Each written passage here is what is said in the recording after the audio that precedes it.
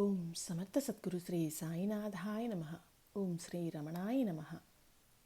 1908లో డిపిడబ్ల్యూ supervisor Ramaswamy Iyer స్వామి దర్శనార్థం వచ్చారు.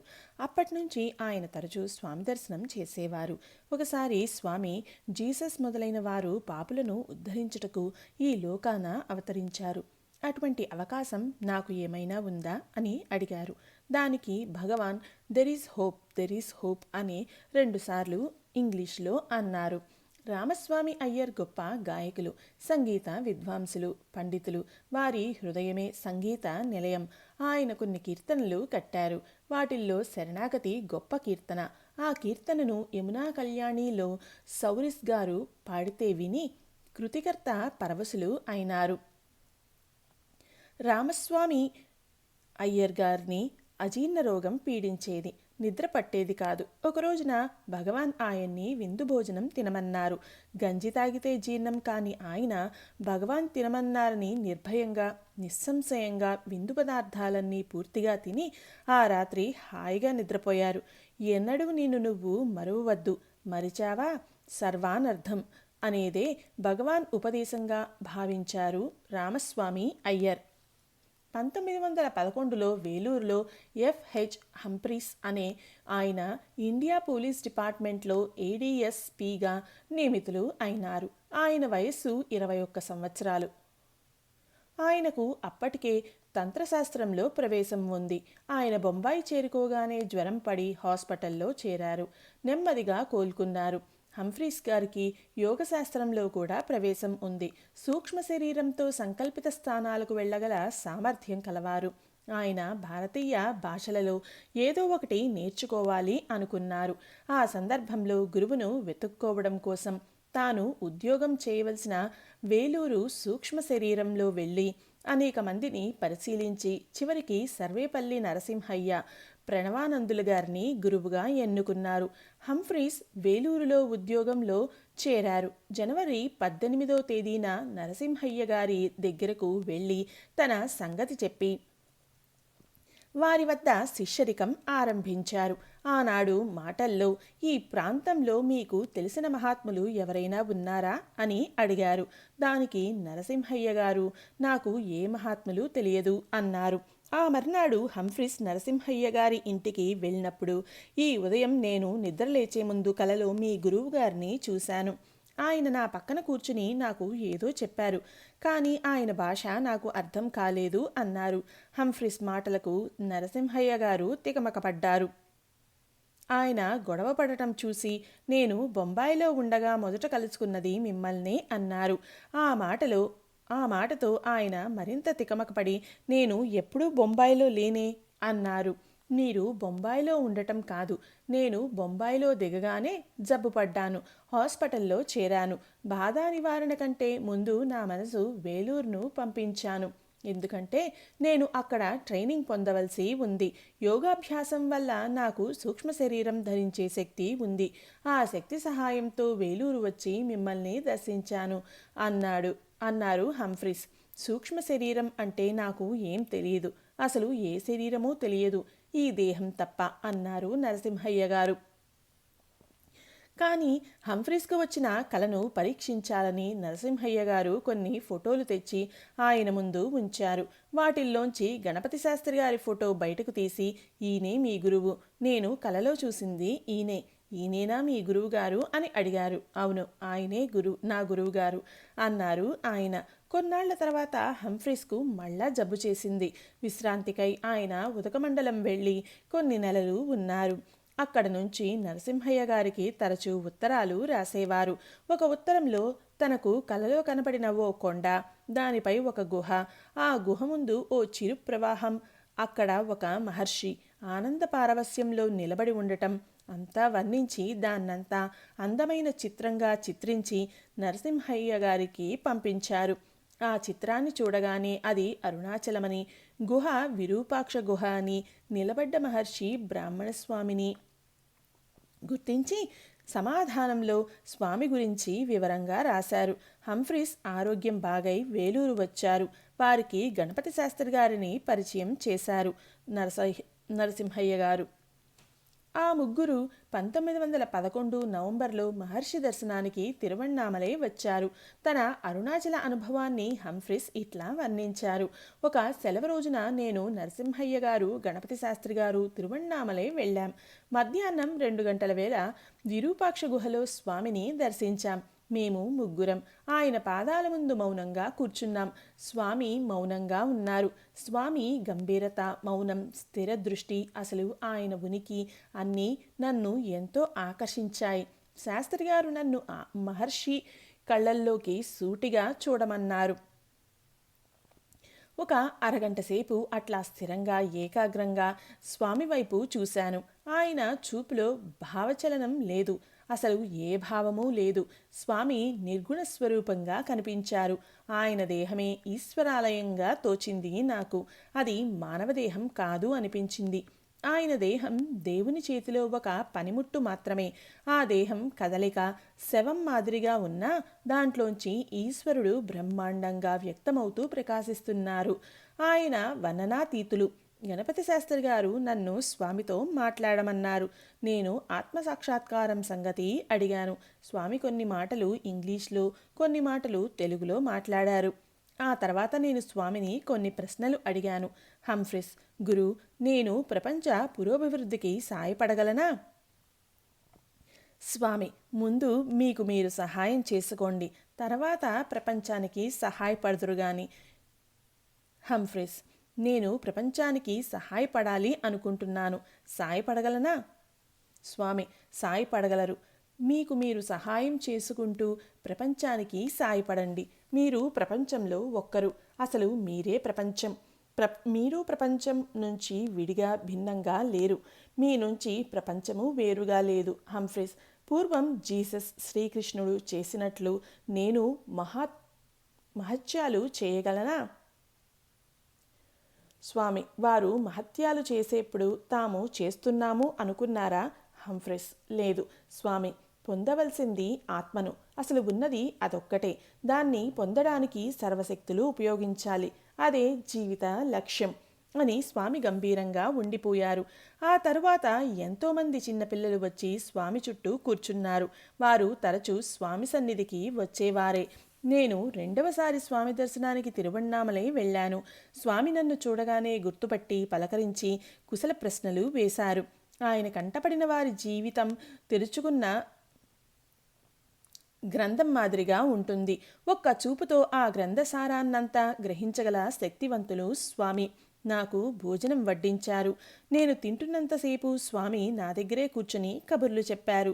నన్ను ఇతరులకు పరిచయం చేశారు. నాకు ఇంకా వడ్డించమని చెప్పి వడ్డించారు. నేను మరోసారి మహర్షి దర్శనానికి మండుటెండలో వెళ్ళాను.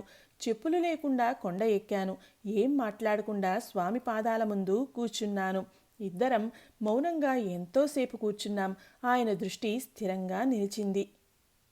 ఆ చూపులో ఏ భేదము చలనము లేదు. ఆయన నిశ్చల సమాధిలో ఉన్నారు. నాలోంచి నన్ను పైకి లేపినట్లు అనిపించింది.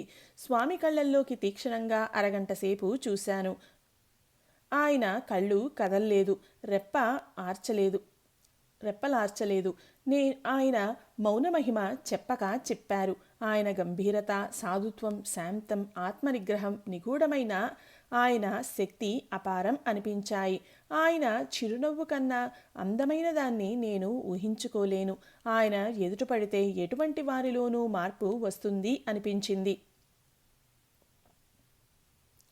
ఆయన దృష్టి ప్రత్యేకించి ఎవరి మీదనైనా నిలిచింది అంటే అది వారికి సహాయం జరగడం కోసం, వారిని నడిపించడం కోసం జరిగి ఉంటుంది. అంతేకాని ఆయన ఏ శక్తుల్ని ఉపయోగించేవారు కాదు. ఆయన ఎవరినైనా ఒకసారి చూస్తే ఎన్నేళ్లకు గుర్తుపట్టగలరు. వాళ్లే కాదు, వాళ్ల జీవితాలు ఆయనకు జ్ఞాపకం ఉంటాయి. కొంతసేపైన తర్వాత మీరు భోజనం చేసినట్లు లేదు, భోజనానికి లేవండి అన్నారు స్వామి అని ఒకరిని పిలిచి నాకు భోజనం వడ్డించమన్నారు. అన్నం, నెయ్యి, పళ్ళు, కూరలు వడ్డించారు. నేను చేత్తో తిన్నాను. నేను తింటున్నంతసేపు ఆయన చూపు నా మీదే నిలిచింది. చిరునవ్వుతో కబుర్లు చెబుతూ మధ్య మధ్య ఏం కావాలి అని అడుగుతూనే ఉన్నారు. ఆ తర్వాత కొబ్బరి నీళ్లలో పంచదార కలిపి నాకు ఇప్పించారు. నాకు ఇంకా ఆకలి దాహం తీరని సంగతి గమనించి ఏదో ఒక పదార్థం లోపల నుంచి తెప్పించి వడ్డించమనేవారు. ఆ సంతోషంలో నేను కడుపు నిండా తిన్న సంగతి గమనించి ఇక వడ్డించవద్దు అన్నాను. నాకు చేత్తో తినడం బొత్తిగా రాదు. గ్లాసులోంచి నీళ్లు కానీ ఏం కానీ ఎత్తి నోట్లో పోసుకోవడం అసలే చేత కాదు. నోటితో గ్లాస్ కరిచి నీళ్లు తాగినందుకు క్షమాపణ చెప్పుకుంటే ఏం పర్వాలేదు అన్నారు స్వామి ఎంతో ప్రేమగా. అంతలో ఎవరో వస్తే వారికి నా గురించి చెప్పారు. నా గురించి ఏం చెప్పాలో సరిగ్గా అదే చెప్పారు. ఆయన జ్ఞాపకశక్తి అమోఘం. నాకు ఇంకా దప్పిక తీరలేదు. ఆ సంగతి ఆయన గమనించి నిమ్మరసం తెప్పించి ఇచ్చారు. నాకే కాదు, ఎవరికైనా సరే తృప్తి అయ్యే వరకు శ్రద్ధగా భోజనం వడ్డించేవారు. నేను వెళ్ళిపోవడానికి లేస్తే ఆయన లేచి గుహ బయటికి వచ్చారు. మిమ్మల్ని చూడ్డానికి మళ్ళా వస్తాను, సెలవు అన్నాను. దయగల చూపుతో నన్ను సాగనంపుతూ తాంత్రిక శక్తుల్లో తగులుకోవద్దు అని హెచ్చరించారు. స్వామి అనుగ్రహం వల్ల నాకు క్రమంగా వాటిల్లో ఆసక్తి పోయింది. ఆ కోర్కెను నాలో స్వామి అణిచేశారని అనిపించింది. స్వామి బోధామృతాన్ని చవిచూసిన హంఫ్రీస్ ఉద్యోగానికి రాజీనామా చేసి రోమన్ క్యాథలిక్ మత సన్యాసి అయ్యారు. నేను హంఫ్రీస్కి చెప్పిన సంగతులు ఓ గురువు తన శిష్యునికి ఇచ్చే సూచనలు వంటివే నేను ఆయనకు ఇచ్చాను అన్నారు స్వామి. ఒకసారి మాటల్లో 1912లో శేషయ్య గారు, వాసుదేవ శాస్త్రి మొదలైన వారు భగవాన్ జయంతి జరపటానికి యత్నించగా భగవాన్ అంగీకరించక, నువ్వు పుట్టినరోజు పండుగ చేసుకోదలిస్తే నువ్వు ఎప్పుడు పుట్టావో ముందు ఆ సంగతి స్పష్టంగా తెలుసుకో. నిజమైన పుట్టినరోజు పరమాత్మలో ఐక్యమైన రోజు. అదే శాశ్వతత్వం. కనీసం పుట్టినరోజు నాడైనా ఈ మాయా ప్రపంచంలోకి, సంసార కూపంలోకి వచ్చిపడ్డందుకు విచారించాలి, దుఃఖించాలి. దాంట్లో విజయం పొందటం, పుట్టినరోజు పండగ చేసుకోవడం ఎట్లా ఉంటుంది అంటే శవాన్ని అలంకరించి ఆనందించినట్లు ఉంటుంది అన్నారు భగవాన్. తిరువణ్ణామలైలో ఉన్న దుర్గాలయంలో శ్రీచక్రం పాడైపోతే దాన్ని బాగుచేసి సరిచేయమని కొందరు స్వామిని కోరారు. స్వామి దాన్ని సరిచేసి ఇచ్చారు. ఆ తర్వాత ఆ ఆలయంలో కుంభాభిషేకం జరిగింది. అశాంతితో కొట్టుకునే మేధావంతులు మనసులకే కాదు, దుఃఖంతో బాధపడే భగ్న హృదయాలకు స్వామి సన్నిధి శాంతి లభించేది. అటువంటి వారిలో ఎచ్చమ్మాళ్ ఒకరు. తిరువణ్ణామలైకి 20 మైళ్ళ దూరంలో మండకొలుత్తూరు అనే గ్రామం ఉంది. ఆ ఊళ్ళో లక్ష్మీ అమ్మాళ్ అనే ఆమె ఉంది. ఆమెనే అందరూ ఎచ్చమ్మాళ్ అని పిలిచేవారు. ఆమె 25వ ఏట భర్త చనిపోయాడు. కొన్నాళ్ల తర్వాత ఏకైక కుమారుడు మరణించాడు. చివరికి మిగిలిన ఒక్క కూతురు మరికొన్నాళ్లకు చనిపోయింది. అంత దారుణాన్ని, దుఃఖాన్ని భరించలేక సాధుసేవ చేసి తరించాలని యాత్రలకు బయలుదేరింది. ఆ యాత్రలో ఉత్తర హిందుస్థాన్ గురువు దగ్గర ఏకాగ్రత కోసం యోగ విద్య నేర్చుకుంది. ఏకాగ్రత అంటే దేహానికి మనసుకి అతీతంగా ఆత్మను ఉన్నత స్థితికి ఎత్తడం. అదే సమాధి స్థితి. ఆ స్థితి నుంచే అత్యున్నతమైనవన్నీ ఉత్పత్తి అవుతాయి. అటువంటి ఏకాగ్రత వల్ల క్రమంగా సర్వసంగ పరిత్యాగానికి వీలుముంటుందని ఎచ్చమ్మాళ్ భావన. కొన్నాళ్ళు చాలా తీవ్రంగా, స్థిరంగా ముక్కు చివర దృష్టి నిలిపే సాధన చేసింది. ఒకే యోగముద్రలో గంటల తరబడి కూర్చునేది. ఎచ్చమ్మాళ్ గోకర్ణ యాత్ర చేసి వచ్చిన తర్వాత ఆమెకు ఎవరో చెప్పారు, తిరువణ్ణామలైలో బ్రాహ్మణస్వామి ఉన్నారు, ఆయన్ని దర్శించిన వారికి శాంతి లభిస్తుంది అని. ఆమె వెంటనే బయలుదేరి అరుణాచలం వచ్చింది. ఆమెకు తిరువణ్ణామలైలో బంధువులు ఉన్నారు. కానీ ఆమె స్నేహితులతో కలిసి స్వామి దర్శనం చేసుకుంది. మౌనంగా ఆయన ముందు నిలబడింది. కానీ ఆయనతో తన బాధ చెప్పుకోలేదు. చెప్పవలసిన అవసరం ఆమెకు కనిపించలేదు. స్వామి కళ్ళలో మెరిసే దయ్యే చాలు తనను ఓదార్చడానికి అని అనుకుంది. సాయంత్రానికి ఆమె హృదయభారం తగ్గి, దుఃఖం తొలగి కొండ దిగి ఊళ్ళోకి వెళ్ళింది. ఆనాటి నుంచి ఆమె ప్రతిరోజు కొండ ఎక్కి స్వామి దర్శనం చేసుకునేది. ఆయన ఆదిత్యుడై ఆమెను ఆవరించిన విషాద ఛాయల్ని తరిమేశారు. ఆమె ఊళ్ళో ఒక ఇల్లు అద్దెకు తీసుకుంది. తండ్రి ఇచ్చిన ఆస్తి, సోదరుడు చేసే సహాయంతో కాలక్షేపం చేసేది. యాత్రికులను భక్తులను ఆదరించేది. ఆమె ఆతిథ్యాన్ని ఆప్యాయతను అనుభవించిన వారు ఆమెను గొప్పగా కొనియాడేవారు. రోజు స్వామి కోసం ఏదో ఒక వంటకం చేసి కొండ మీదకు తీసుకువెళ్ళి స్వామికి స్వయంగా వడ్డించేది. స్వామి ప్రతిరోజు భోజనంలో మొదటి ముద్దగా ఎచ్చమ్మాள் తెచ్చినది ప్రేమగా తినేవారు. మిగిలిన పదార్థాల్ని అందరికీ స్వామి ప్రసాదంగా ఆమె వడ్డించేది. శేషాద్రి స్వామికి ఎచ్చమ్మాళ్ అంటే గౌరవం. ఆమెకు శేషాద్రిస్వామి అంటే పూజ్యాభావం. ఆమె ప్రతిరోజు భగవాన్కి ఏదో ఒక వంటకం చేసి కొండ మీదకు తీసుకువెళ్ళేది. సాయంత్రం తిరిగి ఇంటికి వచ్చేది. ఒక్కోసారి బాగా చీకటిపడి ఆమె కొండ దిగి వస్తూ ఉంటే శేషాద్రిస్వామి వెంట ఉండి ఆమె ఇంటి వరకు వెళ్ళేవారు. ఒక రోజున ఎచ్చమ్మాళ్ ఇంటి దగ్గర ఒక శాస్త్రుల వారు పురాణం చదువుతున్నారు. ఆయన శేషాద్రిస్వామిని చూసి నిష్కారణంగా ఇటువంటి వారికి 1000 జన్మలకైనా జ్ఞానం లభించునా అని అన్నారు. ఆ మాట విని ఎచ్చమ్మాళ్ చిన్నబోయింది. ఆమె నోట మాట రాలేదు. కానీ ఏనాడు దేనికి ఏమీ మాట్లాడని శేషాద్రిస్వామి కల్పించుకుని ఓ గంటసేపు అనర్గళంగా గొప్ప ఆధ్యాత్మిక సత్యాల్ని మాట్లాడారు. అక్కడ ఉన్న వారందరూ విస్మయులైనారు. శాస్త్రుల వారు పశ్చాత్తాపడి శేషాద్రిస్వామి కాళ్ల మీద పడ్డారు.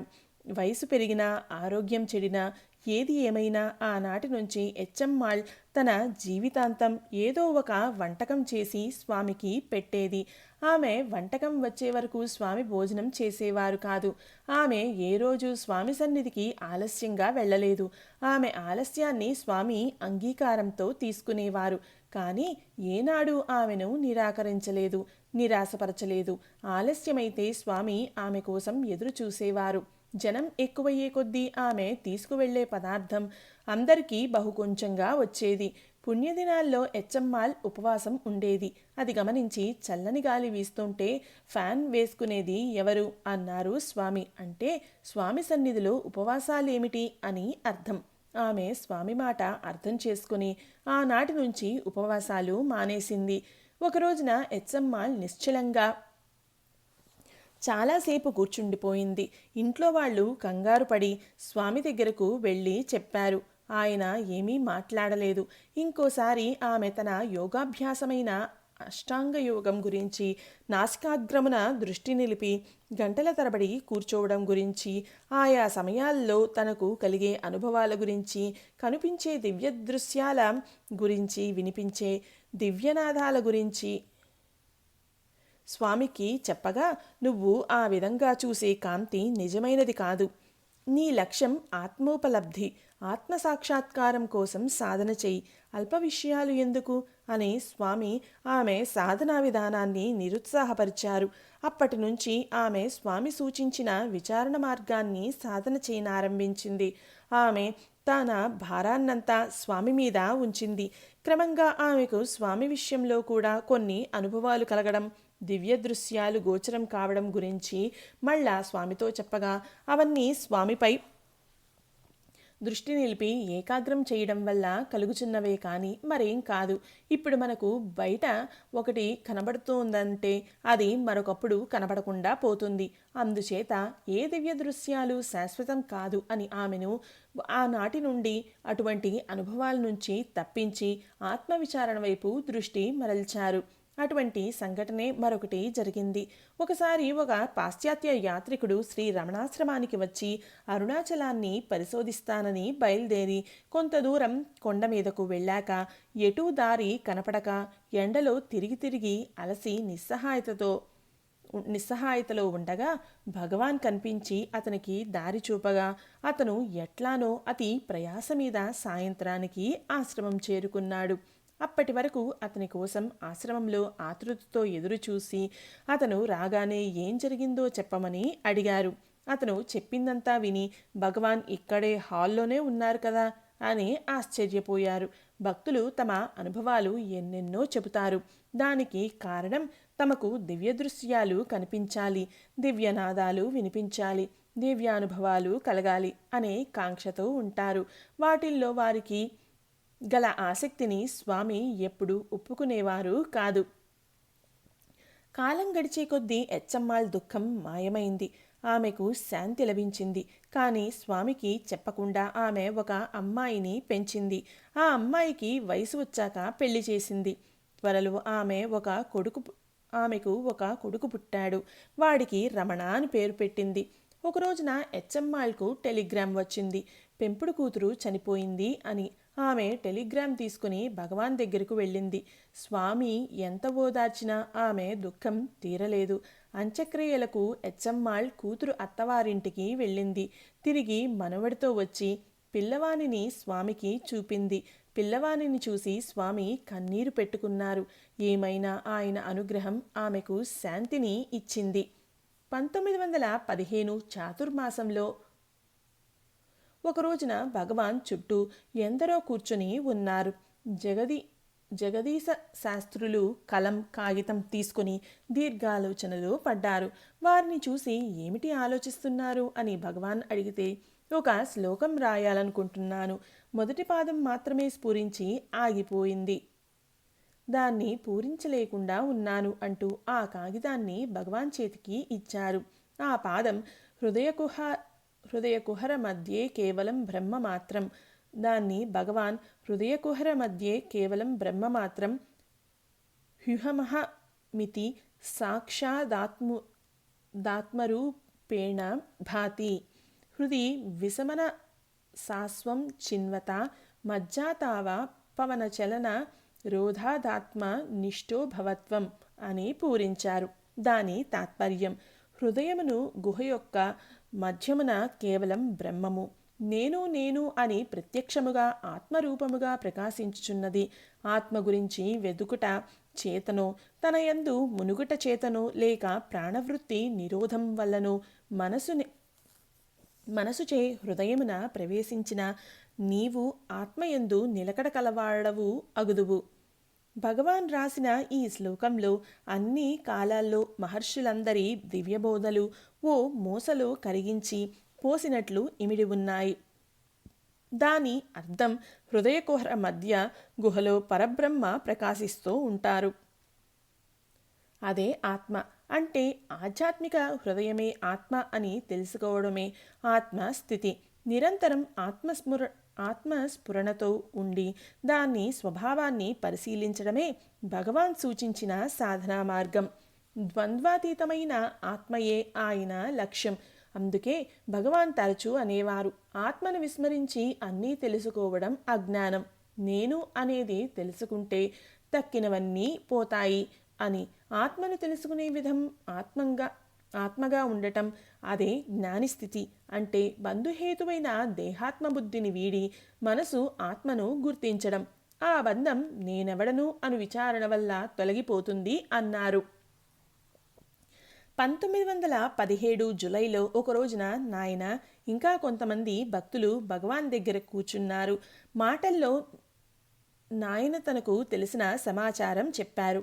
నేను మందసాయంలో ఉన్నప్పుడు రామనాథ బ్రహ్మచారి వచ్చి హృదయకుహర మధ్యే అను శ్లోక అవతరణ గురించి జరిగిన సంగతంతా వివరంగా చెప్పారు అని.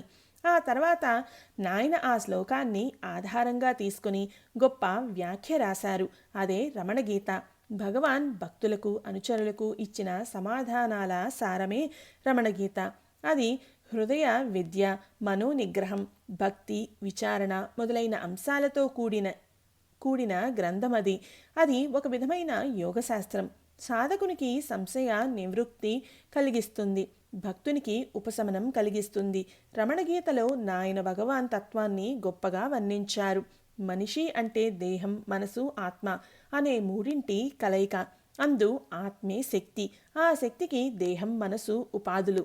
చైతన్యవంతమైన, అక్షయమైన, శాశ్వతమైన, మార్పు చెందని ఆ శక్తిని తెలుసుకునేందుకు అనేక సాధనా మార్గాలు చెప్పారు. శుద్ధ చైతన్యం మొదట కాంతిని ప్రసరింపచేసి ఆ పైన అహిమింగా రూపొంది దేహంగా, ప్రపంచంగా విస్తరిల్లుతుంది. అంటే శుద్ధ చైతన్యవంతమైన ఆత్మ నుంచి చుట్టూ పరిధులు ఏర్పరచుకున్న మరో చైతన్య క్షేత్రం మనసు పుడుతుంది. అందుచేత మనసుకి ఆత్మకి భేదం లేదు. మనసు అంతర్ముఖమైతే, ఆత్మ బహిర్ముఖమైతే అహం అవుతుంది. కానీ ఆత్మ లేకుండా మనసు నిలువలేదు. ఏమీ లేని చిదాకాశమైన మూలం నుంచి లేచిన మనసు మొదట కాంతి వలె ఉంటుంది. కానీ అది జడమైన దేహంతో కూడి ఇది నేను అది నేను అంటుంది. అదే దేహాత్మ బుద్ధి. అంటే మనలోని సహజమైన విచిత్రమైన శక్తే మనసు. దాన్నే జీవుడు లేక సూక్ష్మ శరీరం లేక అహం అంటారు. ఆ మనసు ప్రాణ సహాయంతో దేహానికి కదలికను ఇస్తుంది. తాను చక్రవర్తి వలె దేహేంద్రియాల చేత ఇష్టం వచ్చినట్లు పనులు చేయించుకుంటుంది.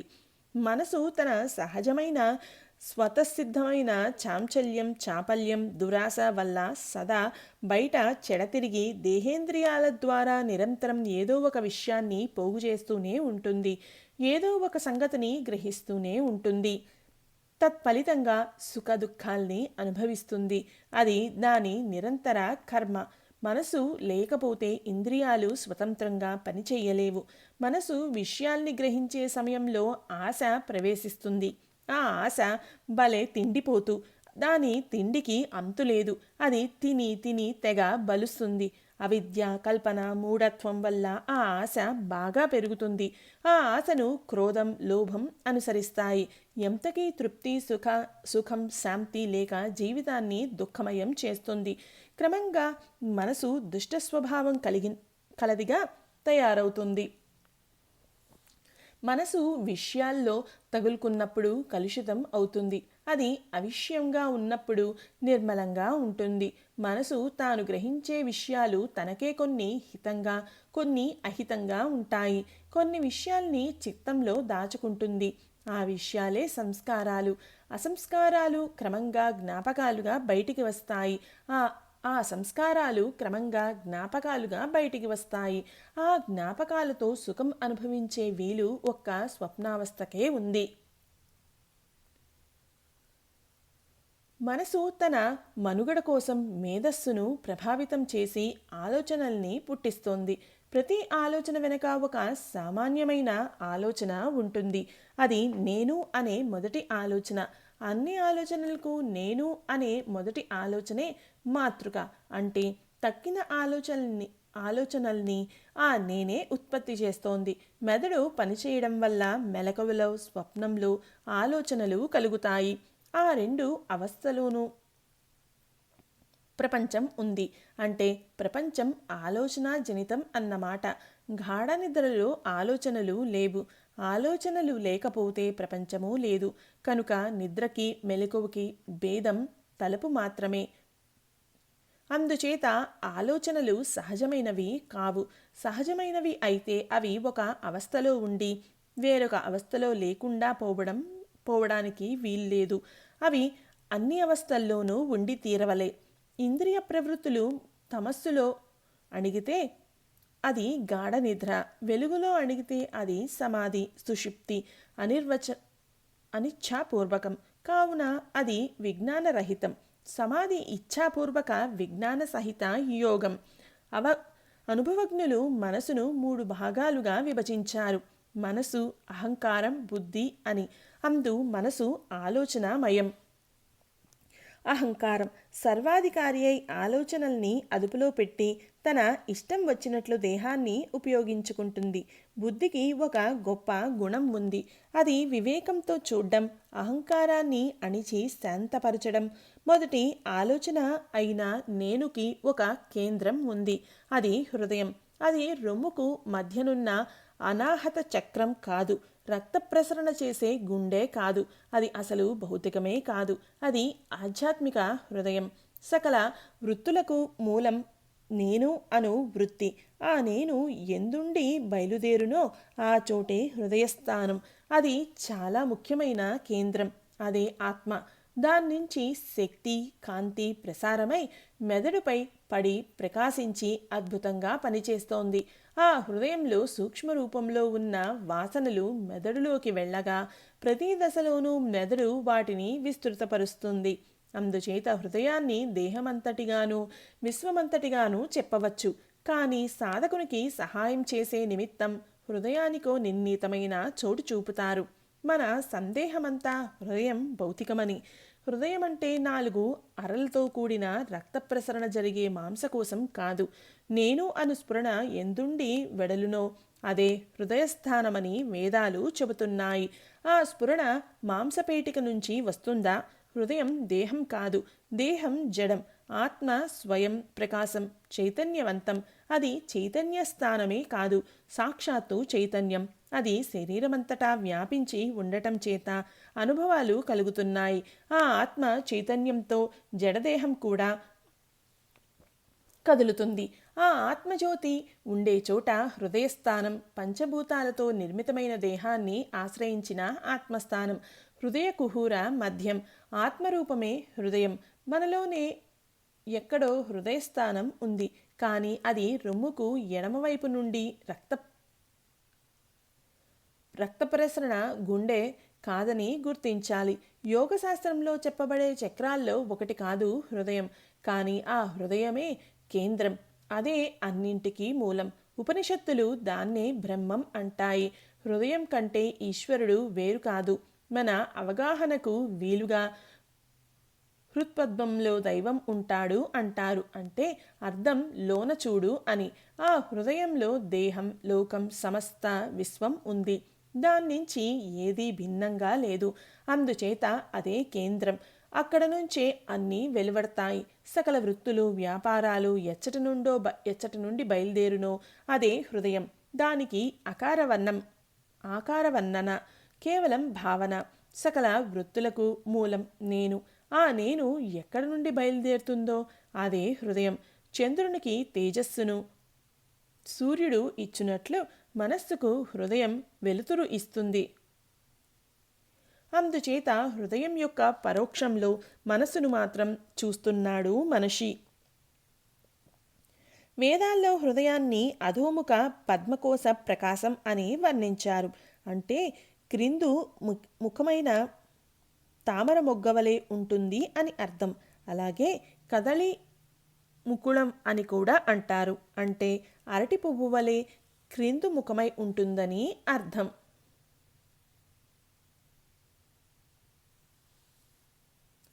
ఒకసారి భగవాన్ ఒక భక్తునితో, హృదయం ఆదిమునుల, యోగుల, ఋషుల అనుభవసారం. అది రొమ్ముకు కుడివైపున 2 అంగుళాల దూరంలో ఉంది. ఆ సంగతి మలయాళ ఆయుర్వేద గ్రంథంలో చూశాను. అక్కడే అహం కలిసేది. ఆ హృదయాన్నే ఆత్మ అని కూడా అంటారు. రక్త ప్రసరణ గుండెకి దేనికి ఏమీ సంబంధం లేదు. అది వ్యక్తిత్వపు సారం. దానివల్లే మనిషి నిద్రపోతున్నాడో, మేల్కొన్నాడో, సమాధి స్థితిలో ఉన్నాడో తెలుస్తుంది. ఈ సంగతి అంతరజ్ఞానం కలవారందరికీ తెలుస్తుంది. దాన్ని అందరూ తెలుసుకోగలరు. దాని స్థానం తెలుస్తుంది గాని దాన్ని గురించి తెలిసేది జ్ఞాని ఒక్కరికే. ఆ హృదయ స్పందనమే వారి చైతన్యం అన్నారు. ఓం సమర్థ సద్గురు శ్రీ సాయినాథాయ నమః. ఓం శ్రీ రమణాయ నమః.